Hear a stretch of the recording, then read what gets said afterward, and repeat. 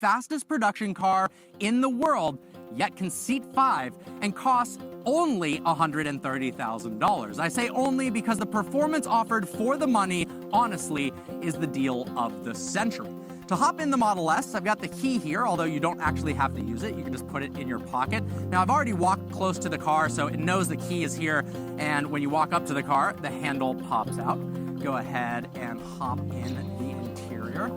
Now, the Model S Plaid's interior has been completely redesigned. In fact, the only thing shared with the old Model S interior are the rails for the seats. This is one of the most controversial things in the entire interior, the yoke steering wheel. We'll talk about that in a bit. Massive 17-inch HD display with almost all of the controls on it. Really nice, comfortable seats, as well as some features. We'll go over a couple things on the interior first before we take it for a spin. I do like that there's wireless charging ports. There's a good amount of storage everywhere. Here and here, wireless charging back there. I love the panoramic sunroof.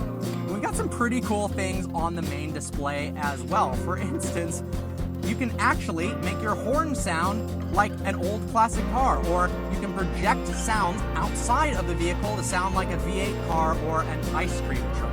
Yes, it's little gimmicks, but it makes the car a lot more fun. Who else is doing that? And then if you go to arcade mode, you can actually play different video games using the yoke as the steering wheel controls for the game itself.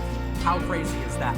Now, if you take a look at the yoke, you notice there's no stops for the turning indicators or windshield wipers, and there's no ability to put the car into drive and reverse. The turning indicators are right here on the yoke. The windshield wipers are right here. To put the car into drive, there are multiple different options. So go ahead and fasten the seatbelt, as it says. Put my foot on the brake, tap to activate drive. Now, it's predicted that I want to go forward using auto shift out of park. That's a technology that is in beta right now. If you go to pedals and steering, the car actually uses the cameras around it and sensors to determine whether you want to go forwards or backwards based on what's in front or behind you. If you don't want to do that, you can turn it off, which I would rather select it myself. Now, to go forward, you swipe up. To go backwards, you swipe down. To park, you just click the key right there.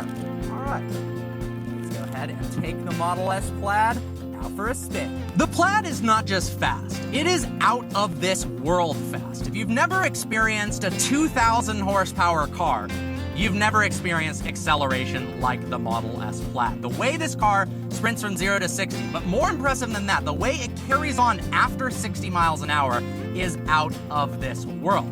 Now, there are different driving modes to choose from. Go to pedals and steering. We've got chill mode. Now, in chill mode, if I floor the gas, it's actually really slow. It's chill, so to speak.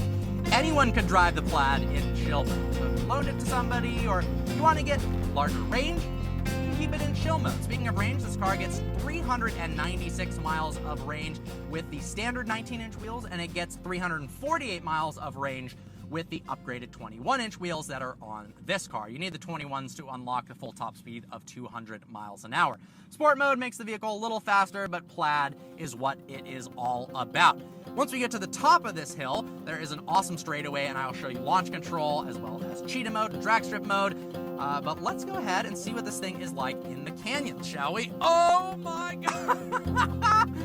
The acceleration in the Plaid is like nothing else I've ever experienced. It is relentless at any speed. And surprisingly, despite its weight, this thing handles well in the canyons. It's not quite as direct as the Taycan Turbo S. It feels a little bit bigger and heavier, but it is so much better than the previous Model S. The grip levels with these 4S tires, Michelin Pilot Sport 4Ss that come with the 21-inch wheels, is really impressive. It actually grips really well in the corners, and the brakes work very well too. Oh my gosh! But you have to be careful because in the canyons, this car rockets itself out of the turns, and all of a sudden, boom, you're at the next turn. So definitely use caution. But I'm surprised. I thought it would just be a one-trick pony that's really fast in a straight line, which it is, really fast, but it's actually fun in the canyons as well. Now, there are some limitations with the yoke steering wheel. When the radius of the turn is really small and you need to shuffle steer, you really can't do that with the yoke. It becomes very awkward and you're grabbing for air. If they made the turning ratio a little bit more direct, it's 14-1, I think they could make it more direct so less inputs result in more steering angle. That would fix the problem, but I understand that would cause it to be twitchier, and for a normal driver, that might be a pain. Honestly, at slow speeds and around town, the yoke can be kind of a pain. But man, you forget about that when you're flooring it. Whoa! All right, it's time to do a launch. To launch this car properly, we're going to use drag strip mode. Now, drag strip mode popped up right here. It says conditioning for peak performance, 10 minutes remaining. What that means is the Model S is going to chill and warm up the battery packs as well as chill the motors for optimal performance. Then, once you're in drag strip mode, it'll say that it's ready to go. Then you floor the brake, you floor the gas, and I'll show you what happens next. Once the Plaid reaches optimal temperature, you'll see this appear, peak performance ready.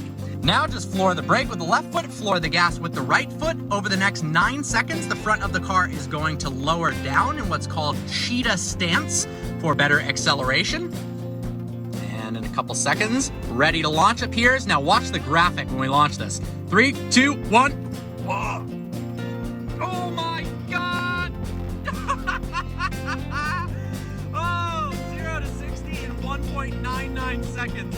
It's fast in a straight line. It's an incredible luxury car, daily driver, and commuter all at the same time. Steering is easy, the brakes are nice, the acceleration and the throttle response when you're in chill mode is relaxing. Anyone could drive this car legitimately. The seats are very, very comfortable. You can fit 5 people in it easily, 4 even more comfortably with that rear armrest and some extra storage space. But you could road trip this car across the country, stopping at supercharger stations, no problem at all. We've also got tons of storage, both in the front as well as the rear of the vehicle, in case you need to take a whole bunch of luggage with you. Really good visibility as well. Honestly, like I said, it's an easy car to drive, and that's really impressive for something that is faster in the quarter mile than a Bugatti Chiron or a LaFerrari. We're talking about beating multi-million-dollar limited edition hypercars in a family sedan, which truly is phenomenal. Tesla claims that you can actually fit a full-size bicycle in the back of this with the seats folded down without removing the front wheel. That's not something you can do in a LaFerrari. That is for sure. Now, unless you're commuting 200 miles to work each day and there's no chargers around you at work, range really isn't an issue in this car. If you have charging capability at home, which honestly is essential. I've been using this car without charging at home and taking it to the Tesla supercharging stations. If you do drive it very aggressively, which I have been doing, you run out of battery a lot faster than the 396 mile range. Honestly, it's closer to 150 to 170 miles of range before you actually have to take it back to the supercharging station. The reason I say before is once you get below 30% battery, it gets much, much slower, like significantly so. And you don't want to be caught in a scenario where somebody pulls up in a Hellcat and your Plaid is low on charge and you lose. So you definitely want to maintain that 50% plus charge for optimum performance. When you're in that zone and you floor it, oh, it is freaking ridiculous. The suspension is very nice in the Plaid as well. Even though I'm in sport mode, it still feels pretty comfortable, and there is literally no body roll when you're going through the canyons at full speed when you're in sport mode. In comfort mode, it's even more comfortable.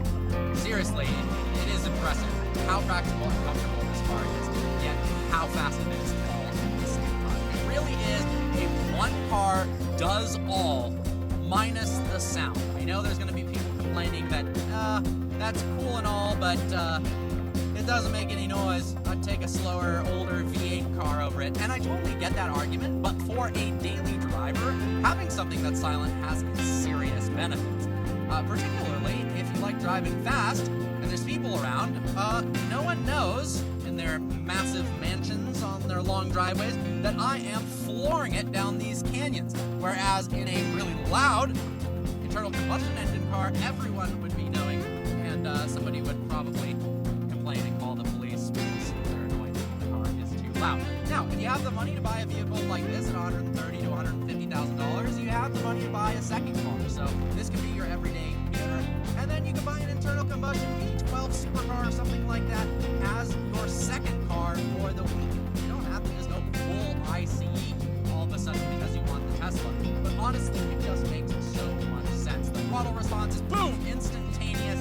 Whether it's from a 40 roll or a 60 roll or from a standstill, this car pounds you into the seat. It actually is an experience that you have to feel for yourself in order to understand how aggressive this thing truly is. But after spending the last couple days with the Model S Plaid, I have to say this might be my favorite daily driver in the world. They've done such a good job, from a gorgeous exterior, although I do wish they differentiated it from the previous Model S a little bit more. It is wider for wider tires, it's got flared fenders, and some subtle differences on the exterior, but it'd be nice if it looked more exotic, considering it's the fastest production car in the world. The interior is lovely. The material quality is nice, the design language is great. Name another car where you can play games and make crazy noises from your horn and project Hellcat noises from a Tesla. There is no other car. You can control video games with the yoked steering wheel. You can stream Twitch in the front and play YouTube in the back. It really does everything so very well. So with that, I love this car. I want one so bad. I've been scouring the internet trying to find one. If you want to order one new, they're saying deliveries are January or February, which is kind of a long time away, which is depressing. And used ones are going for $30,000 to $50,000 over stickers. So I definitely am not going to be doing that. But honestly, I really, really want this as a daily driver. I don't want to get out of it. I don't